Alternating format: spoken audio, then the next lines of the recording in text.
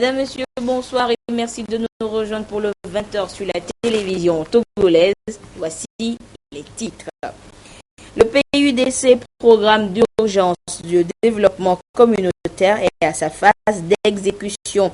Raison pour laquelle, ce lundi, c'est le chef de l'État, Faure Esozimna Nyazingbe, qui a procédé au lancement des travaux de construction de pistes rurales à Guérin-Kouka. Les détails tout de suite dans ce journal. C'est l'agro-industrie qui est à l'honneur à la 13e foire internationale de Lomé. Ce lundi, c'est le Premier ministre Komi Selom Klasu qui a officiellement donné le ton à ce rendez-vous commercial incontournable des opérateurs économiques de Lomé, du Togo et de la sous-région. Et puis ce 21 novembre, au Togo, mais aussi dans le reste du monde, c'est la pêche qui est célébrée. Et pour réfléchir sur l'amélioration et surtout l'essor du secteur, les membres de la Confédération africaine des organisations professionnelles de pêche artisanale se sont donné rendez-vous à Lomé. Voilà pour les titres. Une fois encore, bonsoir. Le programme d'urgence de développement communautaire est sur les rails. Les travaux de construction, de réhabilitation des pistes rurales, première composante du PUDC, ont été lancés ce matin du côté de Guérin-Kouka. La cérémonie a été présidée par le chef de l'État, Faure Esozimna Nyazingbe. Le président de la République est arrivé à Guérin-Kouka peu après 10 heures. Nous vous proposons d'abord les images de cette arrivée.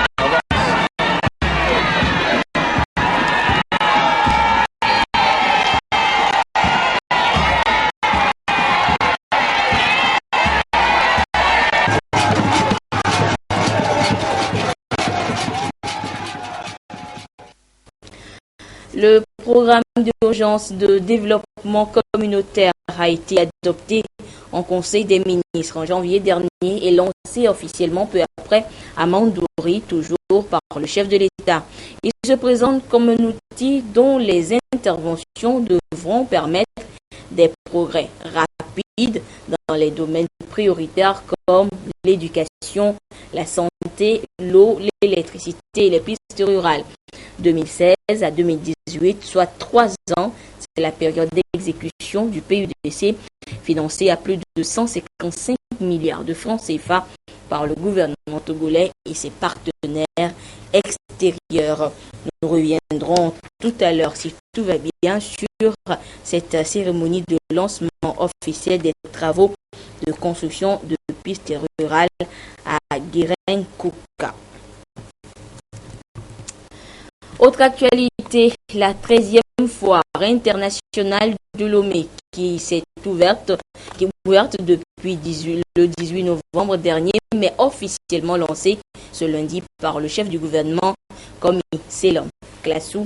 C'est la promotion de l'agro-industrie, gage du développement économique qui retiendra l'attention de tous les participants avec l'Égypte comme invité d'honneur. Le compte rendu avec Augustin Kossi.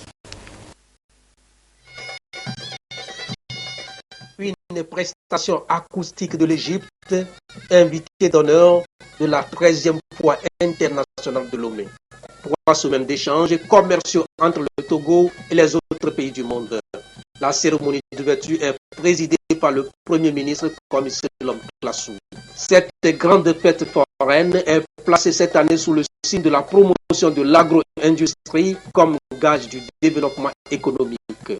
On donne l'occasion à ce secteur-là de dire tous les efforts que le gouvernement fait et que les autres pays aussi qui sont là avec nous puissent dire ce qui se fait dans leur pays. Et enfin, nous avons ce salon-là qui porte sur l'agro, qui porte sur les cosmétiques et la beauté. Et juste l'occasion de permettre aux utilisateurs, aux fabricants et aux vendeurs de discuter sur la meilleure façon, la meilleure pratique en termes d'utilisation de ces produits-là. L'événement est aussi couplé du lancement de la première édition du Salon international des cosmétiques et de la beauté de Lomé.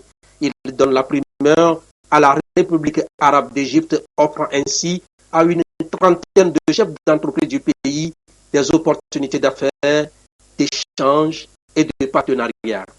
Cette foire à Lomé constitue donc une excellente occasion pour les opérateurs économiques des deux pays de se découvrir, de faire expérimenter nos produits et de tisser des liens en vue d'amorcer de nouvelles relations partenariales et commerciales pour accroître le volume des échanges dans un proche avenir.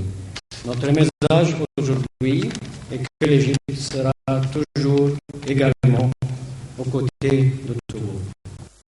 Cet engagement, bien d'autres pays à l'est des États-Unis, de la France, de l'Italie, de la Belgique, de la Syrie, de l'Iran, en plus des pays africains, l'ont exprimé à travers leur présence à cette manifestation commerciale.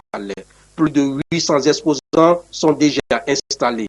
Pour le ministre en charge du commerce, c'est incontestablement le plus grand rendez-vous qui allie si bien affaires et relations bilatérales.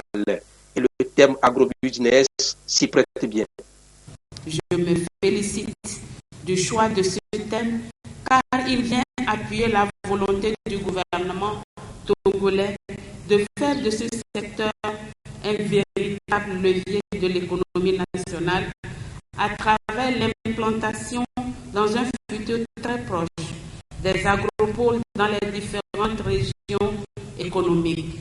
J'invite également les opérateurs économiques venus du reste du monde à s'inscrire dans ce thème en échangeant avec leurs homologues togolais sur les pratiques et les expériences en cours de nos différents pays, notamment en ce qui concerne les politiques, les techniques de production, de conservation et de transformation des produits agricoles, le système moderne de commercialisation pour le grand bien de ce secteur et naturellement de nos populations.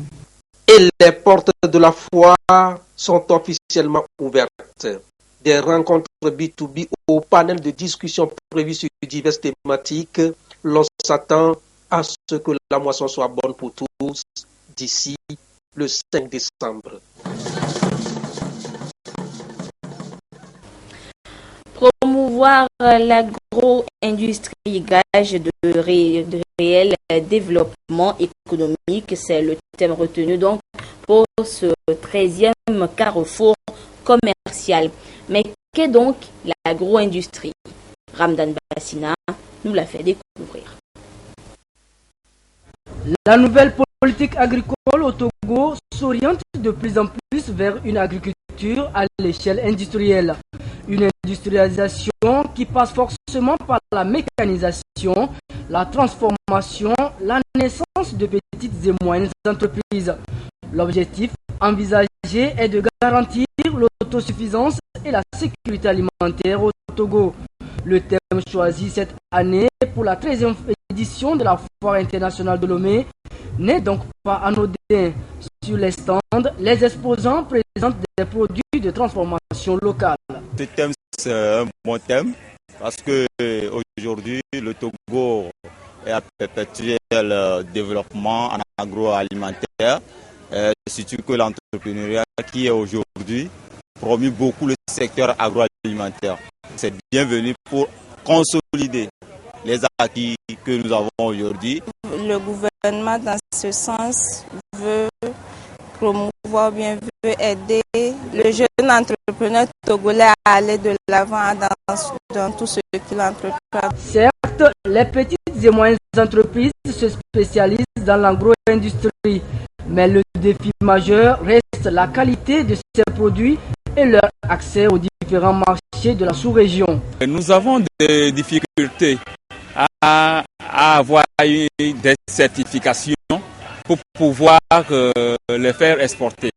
Parce que de nos jours, pour faire exporter un produit, il faut avoir une autorisation d'exportation. L'agro-industrie est un secteur porteur étant donné que l'agriculture togolaise participe entre 30 et 40% du PIB ces dernières années. Les questions de santé et sécurité sont également prises en compte sur le site de cette 13e foire internationale de Lomé. Une unité de secours assistance est installée sur le site pour parer à toute éventualité sanitaire. Et des mesures sécuritaires sont également de rigueur sur le site, comme nous le rappelle Clarisse Aticle dans l'autre dossier spécial foire de cette édition.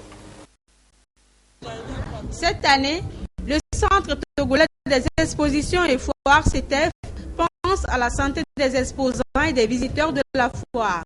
Sur le site, des hommes et des femmes sillonnent tous les pavillons pour s'assurer que tout se passe bien. Ce sont des bénévoles qui assurent la protection civile sur le site de la 13e foire internationale de Lomé. On est répartis en 4 groupes de 2 secouristes. On a réparti les zones. Vous voyez, par ici, c'est la zone ouest, c'est la zone est.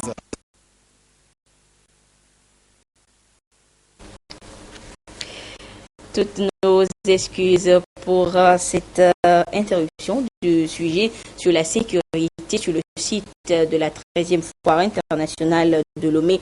Nous y reviendrons dans le courant de cette édition. Et je vous le disais en titre, en début de cette édition, également, le chef de l'État a procédé au lancement officiel des travaux de construction de pistes rurales à Guérin-Kouka.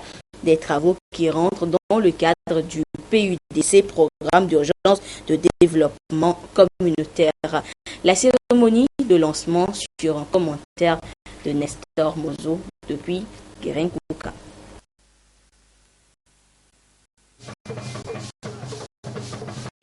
Vaincre la pauvreté et lutter contre les inégalités.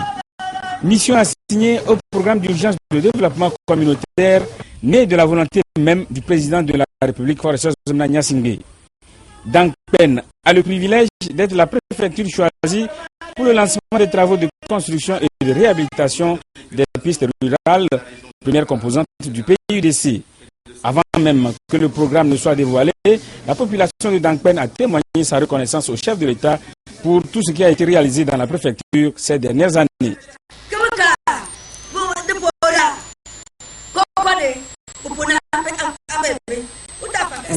Monsieur le Président, à l'époque, moi je croyais que les ampoules ont une chaleur qui brûle. Aujourd'hui, la lumière s'est rapprochée de moi. J'ai une ampoule dans ma chambre et elle m'éclaire au lieu de me brûler. Excellence, soyez-en remerciés. Mais, vous n'avez pas. Nous ne vous remercierons jamais assez pour votre constant combat contre la pauvreté qui se traduit par la mise en œuvre des programmes en faveur des plus démunis, notamment les femmes et les jeunes. Le Fonds national de la finance inclusive, l'accès des agriculteurs aux services financiers, l'accès des jeunes aux services financiers, qui ont permis à des milliers de bénéficiaires de sortir de la pauvreté. Votre indéfectible intérêt pour le développement de Dankpen nous touche. Après le bitumage de la route Kabou, Guérikouka, Kachamba-Sadori, la construction et la réhabilitation de nombreux forages et bâtiments scolaires, la création de l'agropole, les recrutements dans la fonction publique et dans l'armée, la construction du pont sur la Kara, l'extension de la haute tension dont le matériel est déjà entreposé, etc., etc. Vous voici ce matin encore en train de lancer les travaux du programme d'urgence de développement communautaire. La population de Dankpen a offert au chef de l'État un cadeau symbolique pour ses actions en faveur de cette préfecture. Désenclaver les zones rurales, dynamiser les économies locales, le programme de développement communautaire est conçu pour répondre à ces impératifs. Dans la mise en œuvre du PUDC, le Togo peut compter sur le Japon et le PNUD, Programme des Nations Unies pour le développement. La philosophie de la coopération japonaise, à l'instar des autres pays donateurs, est basée sur un pied d'égalité, à savoir la mutualisation de la coopération au développement. Autrement dit, la contribution réciproque des deux peuples au développement. À cette occasion du lancement des travaux des pistes rurales, je voudrais également parler du projet de construction de deux ponts, Kara et Kumongu. L'entreprise japonaise Konoike, entreprise attributaire, est déjà en place. Les routes et les pistes sont en effet un élément essentiel de tout aménagement du territoire et aussi d'accompagnement des projets d'investissement. Aussi, l'interconnexion des pistes au réseau national de routes va à la fois faciliter la mobilité des populations, mais en même temps favoriser la création ou le développement des opportunités économiques. Dans le prolongement de vos efforts pour l'amélioration du réseau routier au Togo, la réhabilitation et la densification du réseau de pistes rurales s'avèrent hautement bénéfiques pour faciliter l'acheminement des produits, qu'ils soient agricoles ou autres, vers les lieux de stockage ou de vente, pour améliorer l'accessibilité des populations aux services sociaux de base et ainsi améliorer également leurs revenus. C'est ce travail ambitieux mais nécessaire qui est lancé aujourd'hui à Dankpen avec les 406 km de pistes qui doivent être réalisées dans les 5 régions. Dans la première tranche du PUDC, donc cette réalisation entame celle de 2500 km de pistes que vous avez demandé au PUDC de réaliser d'ici l'année 2018. Je ne peux que me réjouir que vos partenaires, en plus du système des Nations Unies, comprennent et vous accompagnent dans cette entreprise. Le PUDC va coûter au Togo et à ses partenaires 155 milliards 147 millions de francs CFA. Les 3 autres composantes sont le renforcement des capacités institutionnelles des acteurs nationaux et locaux, le développement de l'entrepreneuriat rural, le développement d'un système de géolocalisation des infrastructures et équipements.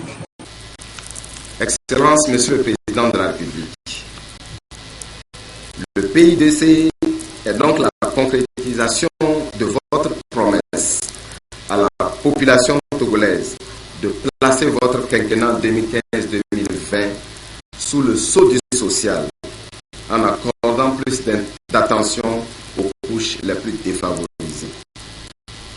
Le PUDC reste la traduction des efforts que vous consentez tous les jours pour donner à notre développement une dimension sociale plus juste, plus équitable et plus équilibrée à travers des actions socio-économiques de développement dans toutes les régions de notre pays. J'exhorte toutes les parties impliquées dans cette noble action, en particulier les entreprises, à prendre toutes les dispositions pour respecter le cahier des charges tenant aux règles de l'art en matière de construction des pistes en terre et aux ouvrages ainsi qu'aux délais contractuels. Au titre du PIDC, un marché moderne sera construit à Guérenkouka, chef-lieu de la préfecture de Dankpen. Le président de la République a procédé à la pose de la première pierre de cette infrastructure qui sera composée pour l'essentiel de 10 hangars de 60 places, 4 de 28 places, 3 magasins, 20 boutiques, 4 abris pour la volaille et les petits ruminants. Le chef de l'État, après avoir suivi les détails techniques de la maquette des pistes rurales, a procédé au dévoilement du panneau des chantiers et a donné le premier coup de pioche des travaux.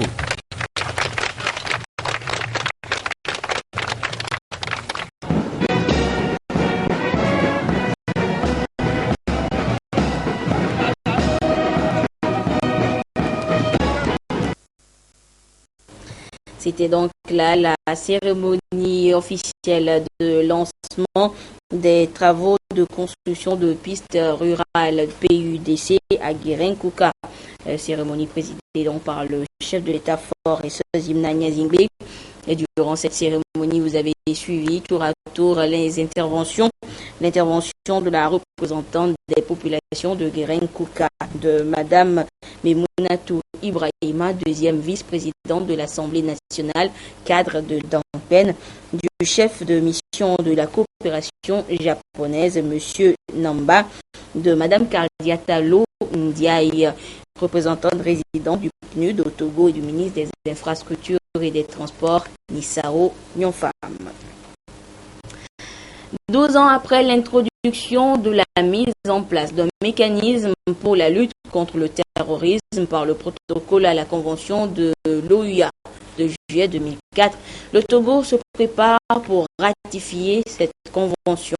Et ce lundi, à l'hémicycle, tous les députés présents ont donné avis favorable pour permettre à notre pays de ratifier ce texte de 12 articles sur la lutte contre le terrorisme. Des précisions avec Nathalie Banigui. Le présent projet de loi portant autorisation de la ratification du protocole à la Convention de l'ex-OUA sur la prévention et la lutte contre le terrorisme adopté à Addis Abeba le 8 juillet 2004 participe des efforts que le Togo déploie pour mettre en place un arsenal juridique complet nécessaire à la lutte contre ce mal en concert avec les autres pays de notre continent. Considérant que le fléau du terrorisme est une question mondiale,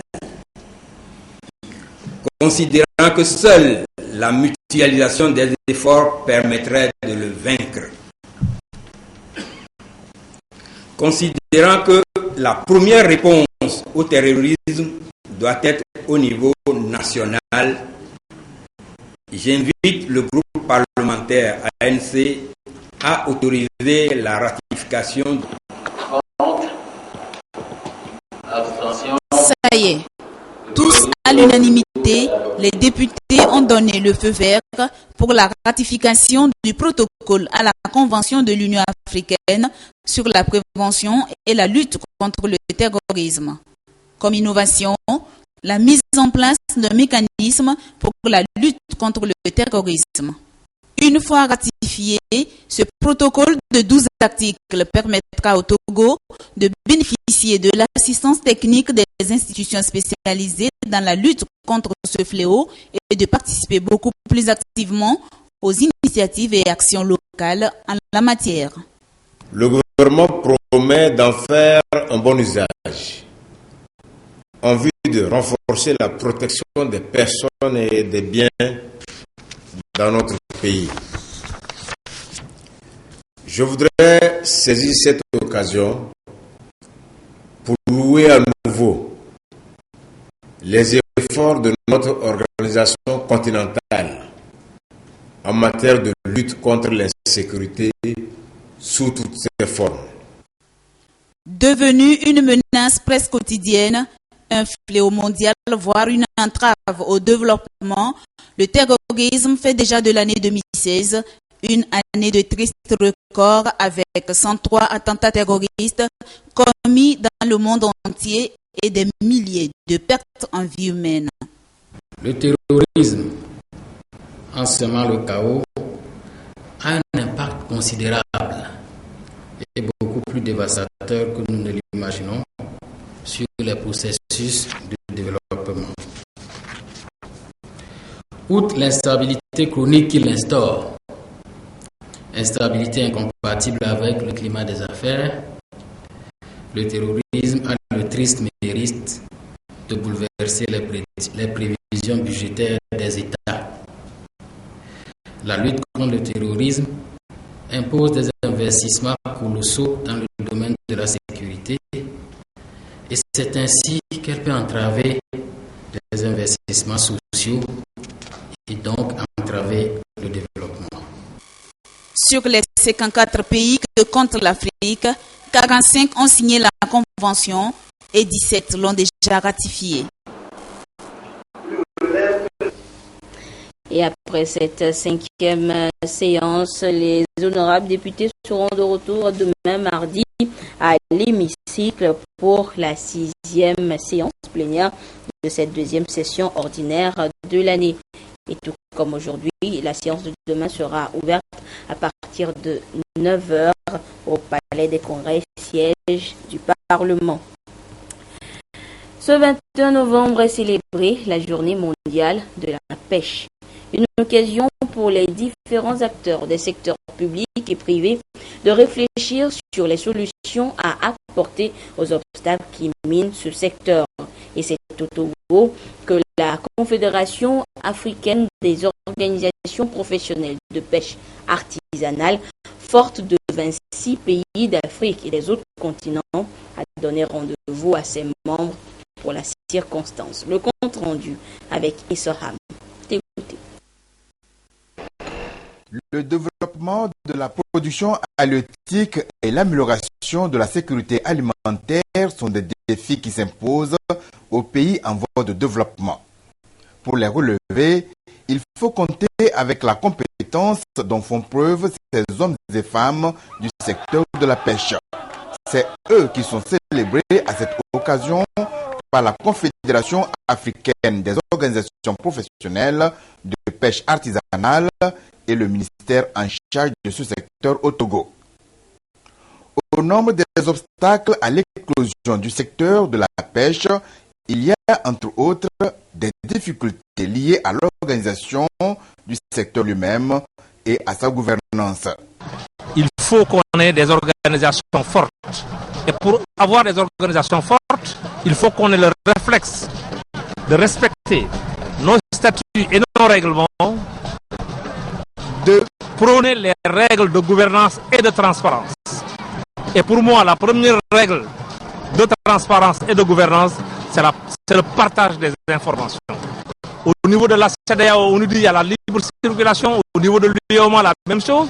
Mais on a des difficultés pour aller d'un pays à un autre. Et ceux qui font le contrôle ne savent pas que nous avons des denrées hautement périssables. Au Togo, on ne parle plus de tracasseries routières et à belle lurette.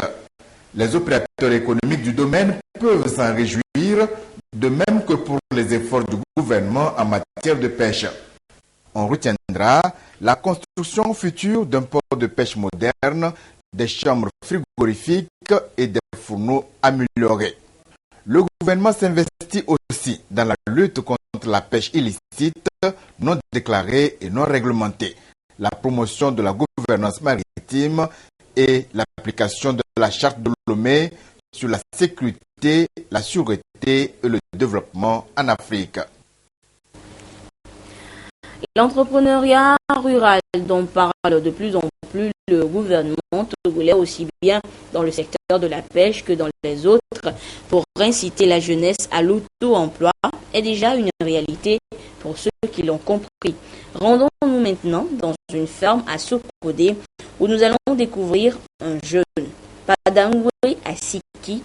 Il s'est spécialisé dans l'apiculture et la production de miel. C'est un dossier signé Pierre Sosupo et Adolphe Paca. Cette ruche se résume la vie de Padangwe Asiki depuis qu'il s'est installé ici à Goulou et pratique l'apiculture et la production du miel. Après ses études secondaires, Padangwe s'est spécialisé progressivement dans ce secteur. D'abord, j'ai fait la formation avec les religieux et après ça, je suis allé suivre des stages au Ghana. J'ai fait aussi le Burkina. Aujourd'hui, l'apiculture que je fais, c'est une chaîne de valeur fermée. Puisque ce qu'on devait commander en Europe, par exemple la cire gaufrée, je le fais ici sur place. Nous produisons et nous transformons aussi les déchets des abeilles en cire gaufrée qui permet de réinjecter les nouvelles ruches pour la production. De son groupement AB Progrès, il multiplie au cœur de cette forêt des ruches. Voilà la cire. Et maintenant, vous voyez, c'est l'orifice. Et c'est tout devant là que nous allons mettre charme abeille. Et qui va attirer ces abeilles.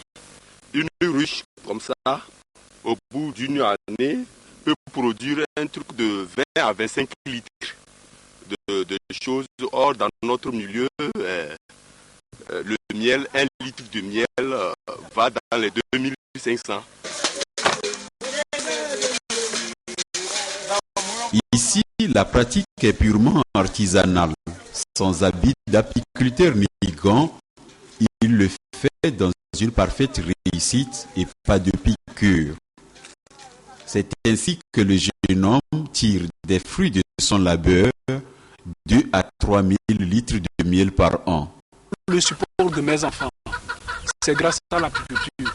Et aujourd'hui, l'emploi qu'on a créé, on arrive à payer la main-d'œuvre là. C'est grâce à l'apiculture. Par exemple, aujourd'hui, vous voyez le miel qui a été conditionné ici. Il est à 2500 francs. Ça, c'est le demi qui dépasse un peu le demi. Vous imaginez si vous vendez jusqu'à une dizaine. C'est combien vous avez. Et si vous avez 100 pots. Ce qui voudrait rassurer que l'activité fait vivre son homme et a pu éloigner de lui les 3 mots de Voltaire, la nuit, le vice et le besoin. Mais Padangwe ne compte pas s'arrêter là, agrandir son entreprise et arriver à l'exportation de son produit précieux et délicieux avec une production industrielle reste désormais son rêve. Hors du Togo, en bref, ce sont 2 anciens premiers ministres qui s'affronteront pour le second tour de la primaire de la droite en France. Hier, la surprise est venue de François Fillon qui rafle la mise avec plus de 44% des voix, suivi par Alain Juppé, l'ancien président Nicolas Sarkozy, arrivé 3e, s'allie à François Fillon. Au Togo, le ministère de l'économie et des finances veut amener le cap de la direction du contrôle financier à mieux maîtriser les réformes intervenues dans leur mission. Il les a donc réunis depuis ce matin à Kalimé et ce pour 5 jours pour mieux les outiller sur l'évolution du contrôle financier dans l'environnement du budget, programme et de la gestion de la performance. Des précisions avec Carmen Madjé à Kako. Le Togo met tout en œuvre pour moderniser la gestion de ses finances publiques. Plusieurs réformes ont été entreprises et mises en œuvre à tous les niveaux pour y parvenir. Ces agents de la direction du contrôle financier reçoivent justement les outils nécessaires pouvant leur permettre de mieux maîtriser ce que les techniciens appellent les réels contours du contrôle financier rénové. le contrôle financier avait des attributions et des missions. Aujourd'hui, ces missions sont renforcées.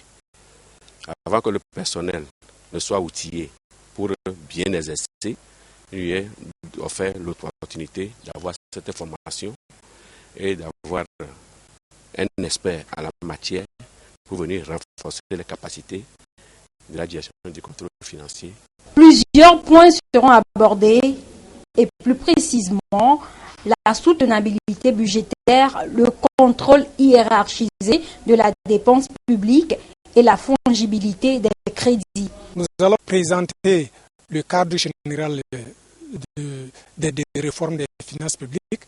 Nous allons présenter les missions spécifiques qui concernent le contrôle financier, les modalités d'exécuter ces missions et faire des études de cas, notamment sur le contrôle modular, le contrôle hiérarchisé.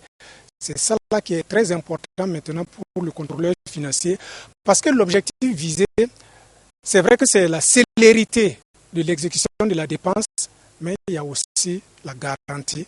Le contrôleur doit désormais s'assurer de l'égalité, de la régularité, de la conformité et de l'opportunité des opérations s'il y a lieu de mener pour les actes et incidences financières et la soutenabilité budgétaire.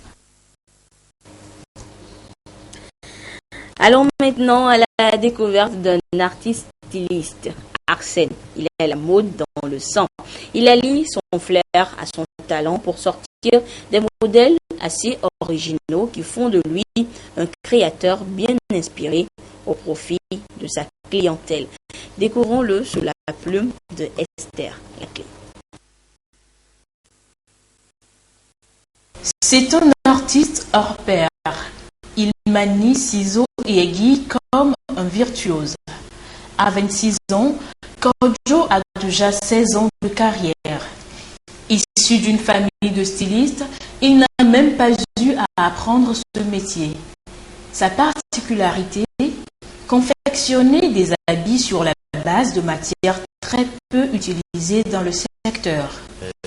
À la base de perlage, que j'avais beaucoup sur du tissu de lin. Le tissu là, on appelle ça lin léger. Et ça là, c'est à la base de coco. Et le tissu au milieu là, on appelle ça chez nous kente. Les gens appellent, il y a tissage ou bien le nom personnel c'est kente. J'ai utilisé ça sur lin gros grain. Donc merci. Et l'autre aussi, c'est à la base de noix de coco, les boutons d'art fabriqués avec le bois. Et quand on demande à l'artiste d'où il tire son inspiration, sa réponse est plus que surprenante. C'est un don.